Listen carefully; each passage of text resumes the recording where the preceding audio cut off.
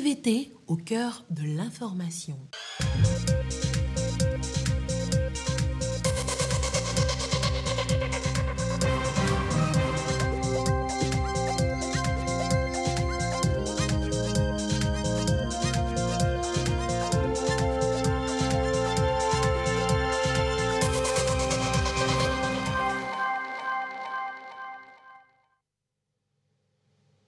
Merci de nous rejoindre pour le journal. Mesdames, Messieurs, bonsoir. Le Togo a participé à sa première réunion des ministres des Affaires étrangères des pays membres du Commonwealth. Professeur Robert Dussé a représenté le Togo. Plusieurs sujets ont été abordés. À suivre en début d'édition.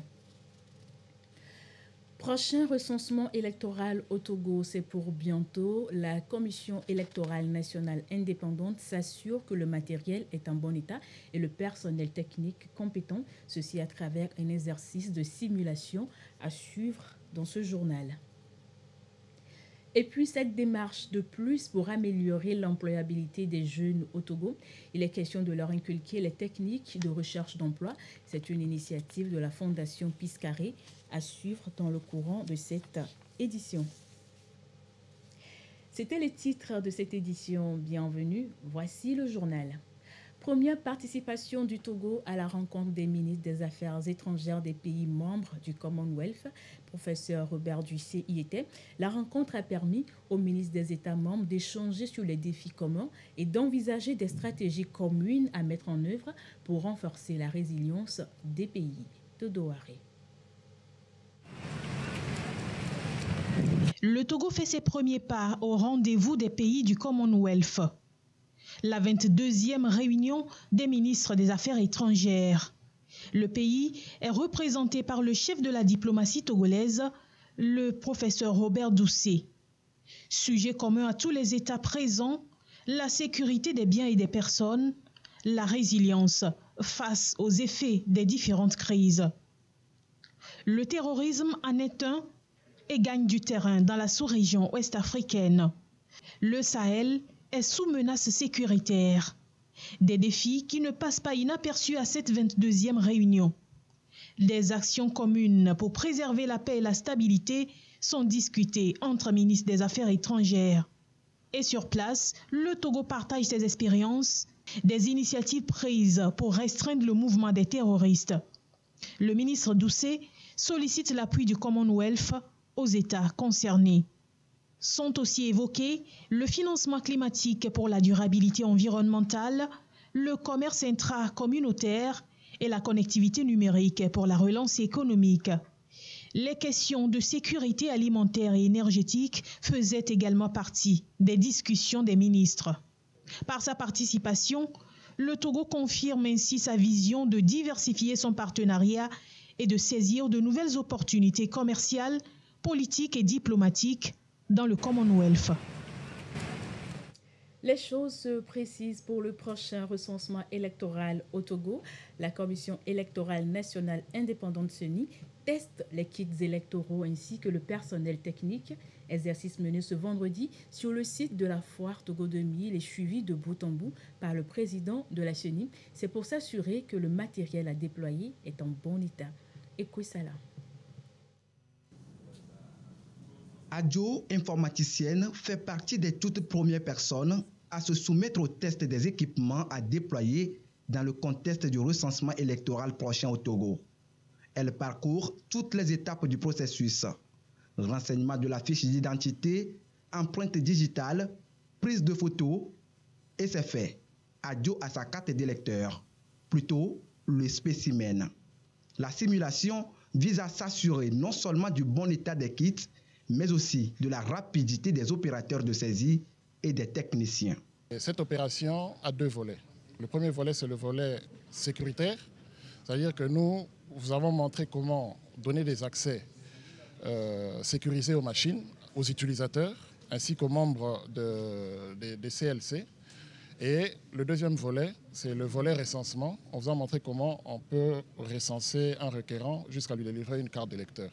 Donc c'est les deux volets techniques pour vous montrer que techniquement, nous sommes prêts avec les machines, de sorte que les données que nous recevons garantissent une certaine unicité des électeurs que nous enregistrons. Les cartes ne sont pas valables, c'est juste pour montrer que techniquement, la CENI est prête à faire le recensement dans les semaines qui viennent. Les 5 régions économiques du Togo et le Grand Lomé sont représentées dans cet exercice. Un tour dans les 6 centres de recensement et de vote improvisés à Togo 2000 a permis à l'équipe de la Commission électorale nationale indépendante de constater que tout est en bon état. Plusieurs cas pratiques sur place rassurent la délégation. Nous avons vu là cette expérience où le kit a été d'abord initialisé, on l'a destiné à une localité précise et un individu est passé, il a fait une inscription, ce n'est pas une inscription simple, il s'est inscrit à un endroit X, mais il a choisi de voter à un endroit Y. Et lorsqu'on a sorti la carte d'électeur, elle a repris toutes les informations avec clarté et précision. Je crois le matériel très bon, il est fiable et je suis sûr que bientôt le train va quitter la gare. Dans quelques semaines, nous allons commencer l'enrôlement des électeurs pour aboutir à un fichier électoral pour la préparation des consultations prochaines. Tout est donc prêt pour le démarrage dans quelques semaines des opérations de recensement électoral au Togo. Ce sera après la formation des opérateurs de saisie du 3 au 7 avril prochain pour la première vague et du 10 au 14 avril pour la deuxième vague. Une délégation du ministère en charge des enseignements primaires, secondaires et de l'artisanat était au lycée de Sotobois. Au nom du ministre de tutelle, elle a sensibilisé élèves, enseignants et parents d'élèves. C'est pour recadrer ces acteurs dans leur rôle, celui de travailler pour assurer une relève de demain capable de faire avancer le Togo. Désiré Aloye. En milieu scolaire, la loi sur les violences à caractère sexuel, des thèmes importants abordés et débattus avec les élèves, enseignants et parents d'élèves au lycée de Sotobois. Une sensibilisation voulue par le ministre des enseignements primaires, secondaires, techniques et de l'artisanat pour travailler à booster la qualité de l'éducation. Dire aux probables violeurs, à ceux qui harcèlent, que désormais ils feront face à la rigueur de la loi, que l'objectif de l'État togolais, c'est de permettre à nos élèves d'aller aussi loin dans les études. Aussi, nous leur avons dit que lorsqu'ils se mettent véritablement au travail, l'État se met également à leur disposition à travers les bourses qui sont disponibles pour ceux et celles qui se mettent véritablement au travail. La préoccupation ici est d'amener les apprenants bien orientés face à leur avenir à changer de comportement. Tout enseignant aujourd'hui est obligé, à travers toutes ces mesures incitatives, de se mettre vraiment à fond. Et nous le promettons vraiment à l'autorité qui ne ménage aucun effort dans ce sens. Montrer que l'éducation au Togo a une couleur nouvelle pour des lendemains meilleurs. Les parents d'élèves pensent désormais bien jouer leur rôle. Nous pensons que c'est l'enseignement, c'est l'enseignant seul qui peut former l'enfant. Et là, il y a des déficits. Ce rendez-vous nous permettra désormais comment il faut suivre nos enfants. Ne pas les imposer la filière à adopter. Voir par rapport à eux-mêmes leur performance, qu'est-ce qu'ils peuvent brasser pour que demain leur soit meilleur. La remise du matériel informatique au lycée de Sotobois, de Tchébébé et au CG d'Andjengré, un signe fort donc pour répondre davantage aux besoins. Avec tous les conseils reçus, nous nous engageons à tenir fortement à nos cahiers, oublier le libertinage, tenir ferme à nos activités éducatives, suivre ce que nos professeurs nous disent, avoir aussi des objectifs de nos vies qui pourront nous conduire vers l'avenir. Il n'y a pas d'avenir sans école et l'école ne rime pas avec les grossesses en milieu scolaire, l'alcoolisme. Mais je voudrais ici profiter de l'occasion pour demander à chaque enseignant de trouver l'opportunité de son cours pour entretenir les élèves sur des questions palpables. Enseigner, ce n'est pas uniquement le livre, mais c'est le partage de la vie environnante et sociale. Je voudrais aussi demander aux élèves de garder en eux le modèle d'élève, aux parents d'élèves que nous avons l'occasion de croiser ici. Il faudrait que vous preniez vos responsabilités pour assurer pleinement une éducation à vos enfants à la maison. élèves, corps enseignants, autres encadreurs et parents d'élèves, tous au pas pour faire entorse à tout ce qui peut saper les efforts dans le secteur. L'urgence, c'est de former la relève de demain capable de travailler à faire avancer le pays, le Togo. Et une fois diplômés, ces jeunes doivent maîtriser les techniques de recherche d'emploi afin de mieux faire face aux problèmes de chômage et de sous-emploi. Des jeunes ont justement échangé ce matin avec les responsables de la Fondation Piscaré en collaboration avec l'Université de Lomé et l'Agence nationale pour l'emploi. La démarche vise à améliorer l'employabilité des jeunes. Komu Poyode. Cérémonie de coupure du ruban ouvre officiellement le salon de l'emploi, le premier du genre au Togo. Rencontre de réflexion, d'échange et de débat avec les jeunes diplômés. Initiative des responsables de la Fondation Piscaré en collaboration avec l'Université de Lomé et l'Agence nationale pour l'emploi pour accompagner ces derniers dans la recherche de l'emploi, de chômage et de sous-emploi des jeunes de plus en plus préoccupants.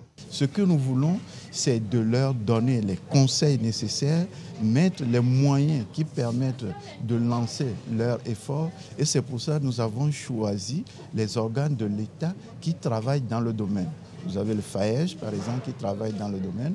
Le développement à la base, dont vous comprenez que nous sommes en train de nous battre et nous espérons vivement qu'au sortir de ce forum, que beaucoup de jeunes vont embrasser l'employabilité. C'est donc une démarche qui vise à améliorer l'employabilité des jeunes face au marché de l'emploi de plus en plus exigeant. Une contribution significative à l'atteinte des objectifs de la feuille de route gouvernementale 2020-2025. Votre présence effective aux côtés de la jeunesse de notre pays conforte le gouvernement dans cet engagement, dans sa lutte sans répit pour l'insertion professionnelle et socio-économique de nos jeunes, leur employabilité et leur accès à un emploi décent. Nous vous en sommes reconnaissants. Le gouvernement joue un rôle important donc dans la résolution de cette équation qui nous concerne tous, parents, entrepreneurs, acteurs de la vie politique, sociale et économique de ce pays. Une équation qui devient complexe lorsqu'une partie importante de la population, une partie importante de notre jeunesse ne trouve pas sa voie. L'équation traite de la question de la formation, de son adéquation, de la question de la qualité personnelle du jeune et de l'adéquation donc de cet ensemble aux attentes des potentiels employeurs. Vous comprenez donc aisément qu'il faut que différents acteurs concilient et convergent leurs efforts aux côtés du gouvernement pour le parfait accomplissement de ces desseins. Pendant 2 jours, ces jeunes diplômés bénéficieront des conseils en orientation professionnelle et en entrepreneuriat, les entretiens de positionnement et les formations en technique de recherche d'emploi. Le Commonwealth, on l'évoquait en début d'édition, il soutient le Togo dans la lutte contre les changements climatiques, ceci à travers la FAO. Des jeunes maîtres formateurs des fermes écoles se forment, formation axée sur le compostage. Désiré Aloyer. Dans un contexte de changement climatique, il urge de travailler à inverser la dégradation de l'environnement. Le développement de l'agroécologie, l'une des solutions avec l'usage de l'engrais vert et des biopesticides. Les jeunes producteurs de la SCOP Tibi à Sokodé et la CETOP, partenaire de la mise en œuvre du projet Mécanisme forêt et paysan, s'activent pour une application avec l'utilisation en aval des résultats de recherche afin de renforcer la résilience des agriculteurs. En amont, les maîtres formateurs des fermes-écoles se forment sur le fonctionnement des dispositifs composteurs modélisateurs. À la faveur de l'adhésion du Togo au Commonwealth, l'Agence de développement du Commonwealth a bien voulu accompagner les organisations des producteurs forestiers et agricoles pour servir de base de consolidation des acquis de la production et de l'utilisation de l'engrais organique. La mise en œuvre de ce projet pourra être répliquée de 2023 à 2028 si les résultats sont probants. 5 fermes-écoles bénéficient des dispositifs révolutionnaires, un projet pilote qui vise la disponibilité des engrais verts et la sécurité alimentaire. Ce projet viendra non seulement promouvoir la transition écologique, mais aussi apporter les intrants organiques au niveau des producteurs à la base, ce qui va considérablement améliorer leur rendement, apporter une plus-value à leur spéculation agricole, mais aussi accroître leur résilience face au changement climatique. Avant, il faut prendre 3 à 4 mois pour faire la production. Mais avec ce système-là, 15 jours déjà, nous avons notre compost qui va nous servir à pouvoir élargir nos superficies. Ça nous permet de protéger notre environnement. Le Togo, avec l'appui de ses partenaires, est résolument engagé dans la protection environnementale, l'agriculture bio et la sécurité alimentaire. L'activation en amont et en aval des méthodes recommandées, un atout pour atteindre les objectifs. En Afrique, le Togo et le Ghana bénéficient de ce projet pilote financé par le Commonwealth au travers de l'Institut international pour l'environnement et le développement. Dans l'actualité également, cette formation de 2 jours, y participent des membres du mécanisme national de prévention de la torture. Ils sont outillés sur la surveillance des groupes vulnérables privés de liberté. Il s'agit des prisonniers et des asiliés. Marie-Thérèse Nabédé et Dodo Haré. 20 membres du mécanisme national de prévention de la torture et de la CNDH formés sur les techniques de surveillance des personnes vulnérables dans les lieux de privation de liberté tels que les prisons et asiles. Une idée de la solidarité mondiale pour les personnes démunies et les détenus, SMPDD, pour mieux protéger et défendre les droits des détenus vulnérables, victimes de discrimination, de violences physiques et psychologiques. Les personnes vulnérables dans les lieux de détention sont beaucoup plus sujets à des violations de leurs droits. Donc tout cet atelier justement pour pouvoir rappeler, faire comprendre les membres du mécanisme de prévention de la torture sur les techniques importantes qu'il faut mettre en place afin de pouvoir s'assurer que les droits de ces personnes vulnérables ne soient pas violés. La CNDH abrite le MNP, qui est le mécanisme national de prévention de la torture au Togo, conformément aux dispositions de l'OPCAT, c'est-à-dire que le protocole facultatif de la Convention des Nations Unies contre la torture. Alors, c'est un mécanisme qui a pour objectif essentiel de faire les visites régulières et inopinées dans les lieux de privation de liberté, de s'enquérir du respect des standards internationaux auxquels le pays a adhéré et de faire en sorte que la situation soit améliorée. 2 modules seront développés au cours de ces 2 jours de formation. Les techniques de monitoring des détenus vulnérables et ainsi que les techniques de rédaction des rapports après le monitoring. Dans les prisons, tout le monde qui est là-bas peut être déjà considéré comme une personne vulnérable, mais dans ces personnes vulnérables, il y en a qui le sont davantage.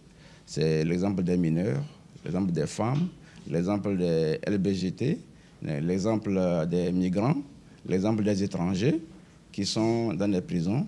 Alors, comment se comporter pour que, à la difficulté d'être à la prison, ne s'ajoute une autre difficulté. Donc, c'est ce que nous allons examiner avec les participants à ce séminaire, leur dire, quand on va dans un centre, qu'est-ce qu'il faut regarder. La SMPDD est une structure créée en 2013.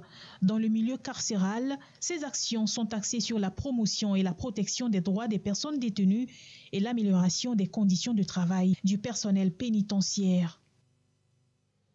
À l'étranger, plus de 400 personnes sont mortes en Afrique australe, la plupart au Malawi. L'espoir de retrouver des survivants s'amenuise. Les déplacés dépassent désormais les 183 000 au Malawi. De s'alourdir. Le nouveau bilan publié jeudi par les autorités de Lilongwe fait état de 326 morts, portant à plus de 400 le nombre de victimes en Afrique australe depuis février. Le nombre de morts s'élève désormais à 326. Vous vous souvenez que le dernier rapport faisait état de 225 morts, alors celui-ci en compte 100 de plus. Mais aussi 796 blessés et 201 personnes portées disparues. Nous avons donc au total 201 disparus. Les opérations de recherche de corps sans vie se poursuivent au milieu des débris des maisons détruites. 2 avions ont été mis à disposition par la Zambie pour permettre à l'armée d'atteindre les zones devenues inaccessibles. À l'heure où je vous parle, certaines zones sont encore inaccessibles par route et même par bateau. Le gouvernement zambien, par l'intermédiaire de son armée de l'air, va envoyer 2 avions.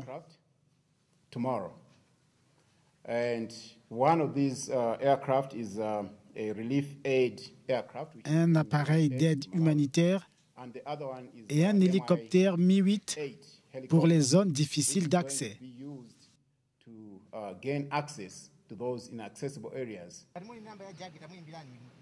Le Malawi a lancé un appel à l'aide internationale.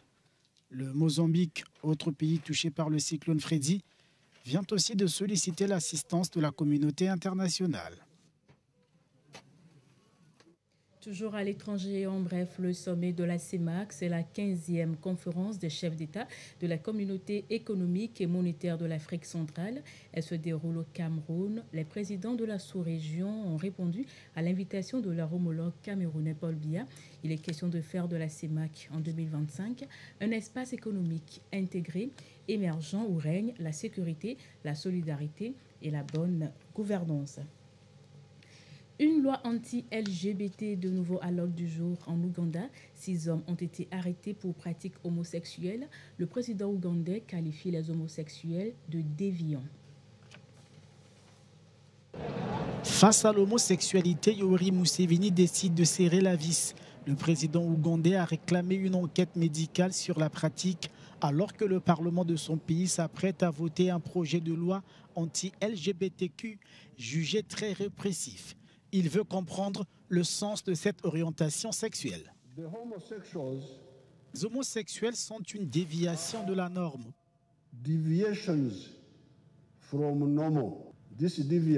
Cette déviation est-elle innée ou acquise? Nous voulons une réponse médicale à la question. Le texte qui sera examiné la semaine prochaine prévoit jusqu'à 10 ans de prison pour toute personne se livrant à des activités homosexuelles ou se revendiquant comme LGBTQ. Les pays occidentaux devraient arrêter de faire perdre son temps à l'humanité en tentant d'imposer leurs pratiques aux autres. En 2014, la justice ougandaise avait fait obstacle à une loi promulguée par Museveni condamnant les auteurs de relations homosexuelles à la prison à vie. Retour en page nationale, l'INAM, Institut national d'assurance maladie, a initié à Atapamé pour le compte des plateaux Est une rencontre d'information et d'échange avec les acteurs du secteur de l'économie informelle. Il s'agit à travers cette séance de porter à leur connaissance le nouveau dispositif d'assurance tontine initié pour mieux les accompagner en matière de santé. Sylvain Abdou. Des acteurs de l'économie informelle, notamment artisans, commerçants et revendeuses, à la découverte d'un nouveau dispositif, l'assurance tontine. Un dispositif initié dans le contexte de l'assurance maladie universelle par le gouvernement togolais avec l'appui financier du PNUD. Ici, l'INAM, Institut national d'assurance maladie, veut donc, à travers cette rencontre d'information, leur expliquer le bien fondé de ce mécanisme, son avantage et son mode de fonctionnement. Nous sommes venus pour leur parler de ce dispositif, prendre leurs observations pour éventuellement améliorer les aspects les plus pertinents qui se dégageront de cette rencontre. Avec le dispositif assurance tontine, les fonctions et de paiement des cotisations sont digitalisées. Donc les gens peuvent payer leurs cotisations par flux, par T-Money. Et de l'autre côté, ce dispositif permet aux travailleurs de l'économie informelle de payer leurs cotisations de façon échelonnée. Pour bénéficier de ce dispositif, les acteurs de l'économie informelle doivent procéder à des cotisations, c'est-à-dire une tontine visant à leur permettre d'accéder à des soins sans difficulté. Un mécanisme vivement salué par les unes et les autres. Si l'État pensait à nous, de nous aider en ce sens aussi, vraiment on le remercie. On va cotiser pour que nous aussi prochainement, on soit bénéficiés comme les autres. On est vraiment fiers. Et dans les autres années, tu dois payer d'un seul coup. Mais aujourd'hui, ils ont parlé qu'on peut détailler à partir de 100 francs, 200, 300, ce que tu trouves là. Tu peux cotiser partie money comme flouze. Vraiment, nous leur disons merci. C'est à notre portée, on est fiers. On dit merci au gouvernement aussi. Assurance B, les côtés ce qu'on nous a enseigné nous réconforte. Nous allons cotiser pour que nous puissions bénéficier de ce dispositif. Moi, je pense que c'est une bonne chose. L'INAM est assisté dans cette séance d'information par le CRM, Union des chambres régionales des métiers, qui également joue sa partition dans ce sens. Nous sommes des travailleurs au jour le jour. Et lorsque nous sommes appelés à payer au jour le jour, ça nous réconforte plus que de payer quand même à la fin du mois ou bien à la fin de l'année. Donc nous pouvons dire qu'aujourd'hui, ce nouveau produit que nous allons mettre sur le marché, qui sera mis en application bientôt, nous réconforte. La tournée a démarré depuis décembre 2022 dans les savanes, Kara et Centrale. Elle va se poursuivre à Thiévier dans la Maritime et dans les communes du Grand Lomé. 8 mars, journée internationale des droits de la femme, célébrée en différé par l'Association des femmes juristes du Togo. Ces greffières et avocates ont échangé sur le leadership féminin à l'ère du numérique. Sandra Aziagbe. Les femmes professionnelles du droit célèbrent la Journée internationale des droits de la femme. La question de la digitalisation au cœur des échanges. Pour elles, il est question de construire une société numérique où l'innovation et la technologie participent à l'égalité des sexes pour assurer le leadership de la jeune fille et de la femme. L'Association des femmes invite donc la gente féminine, en particulier la jeune fille, à saisir les opportunités d'emploi qu'offre l'économie numérique. Je suis d'abord très fière d'avoir participé à cette conférence. Elle a été tellement fructueuse. On nous a donné les opportunités que nous offre le digital aujourd'hui. On peut également étudier sans se déplacer, sans même les moyens, parce qu'il y a des plateformes gratuites qui nous sont ouvertes, sur lesquelles on peut aller apprendre. Et nous devons également utiliser nos réseaux sociaux à bon escient. Les femmes représentent moins d'un tiers des personnes travaillant dans le domaine du numérique. Pour relever le défi, l'Association des femmes juristes du Togo propose des pistes de solutions. Aujourd'hui, c'est la technologie qui est un atout indéniable au développement de la femme. Les pesanteurs, oui. Au départ, c'est un milieu qui était consacré en réalité aux hommes. Il y a la tradition même, qui est déjà un poids considérable. Le manque d'estime de soi de la femme elle-même. Je pense que la tendance quand même est en train de changer. Ces défenseurs du droit ont exhorté les femmes et les filles à faire preuve de prudence, de responsabilité et de vigilance dans l'utilisation des TIC et des innovations technologiques. Une nouvelle traduction de la Bible en kabylie est désormais disponible. Ce travail a été fait par les témoins de Jéhovah à partir de la version Monde Nouveau. La nouvelle Bible en kabylie a été présentée à Kara. Nestor Mouzo.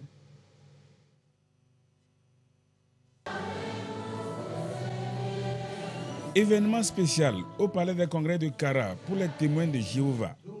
En vue de rendre plus facile la lecture de la Bible en kabylie, une équipe des témoins de Jéhovah s'est évertuée à faire une nouvelle traduction de la Bible, version Monde Nouveau révisée en kabylie. C'est la nouvelle Bible en kabylie qui est présentée à cet événement.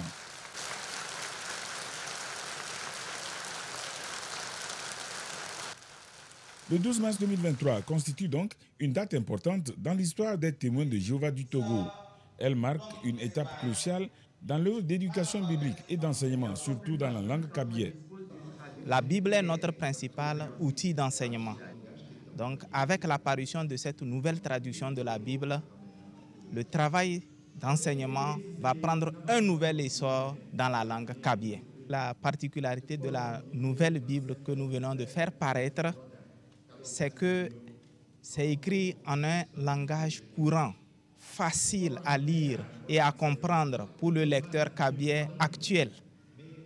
Et une autre particularité importante, c'est que le nom de Dieu, Jéhovah, figure dans cette Bible dans les endroits où il faut. Et donc, pour tout lecteur de cette Bible, il ne va pas se poser la question qui est l'auteur de la Bible, parce que le nom de l'auteur de la Bible y figure à plusieurs endroits. Les témoins de Jéhovah du Togo comptent 27 assemblées de fidèles d'expression kabyé. Tous les fidèles présents à cet événement spécial ont reçu la nouvelle Bible en kabyé. Cette nouvelle Bible, vraiment, elle m'a apporté beaucoup de joie. C'est plus facile à lire, plus facile aussi à comprendre. Je vais pouvoir continuer l'œuvre de Jéhovah avec foi et endurance. C'est une grande joie pour nous de recevoir ce joyau, un joyau spirituel, parce qu'il va nous permettre de nous rapprocher davantage de notre Créateur Jéhovah, qui nous aime tant et qui vient de le prouver une fois encore. Vous imaginez, sur le plan spirituel, on comprend mieux le message que notre Créateur nous envoie. Et si on comprend mieux le message, on est mieux à même d'adapter notre comportement à son désir et donc de lui plaire, de faire sa volonté. La Bible Traduction du Monde Nouveau en kabyé est téléchargeable gratuitement en format électronique et audio sur le site jw.org. C'est dans les années 1940 que les témoins de Jéhovah ont commencé le travail de traduction de la Bible en anglais moderne et par la suite dans d'autres langues. À la date d'aujourd'hui, les témoins ont traduit et publié la Bible en totalité ou en partie en plus de 224 langues. Lomé Fight Night International 10e édition, c'est demain à Lomé. Un point de presse a été organisé ce vendredi pour annoncer les couleurs de cette compétition. Les athlètes vont à la conquête de la ceinture professionnelle WACO. Immaculée Bawe Abalo, Carmen Madia Kakbo. Ces boxeurs venus de plusieurs pays d'Afrique, prêts pour le grand combat. La traditionnelle pesée, bien respectée. Le loup togolais, il va combattre sénégalais, ce sera donc le dernier combat. Eh bien, tout est fin prêt pour la grande compétition de kickboxing par excellence, Lomé Fight Night International.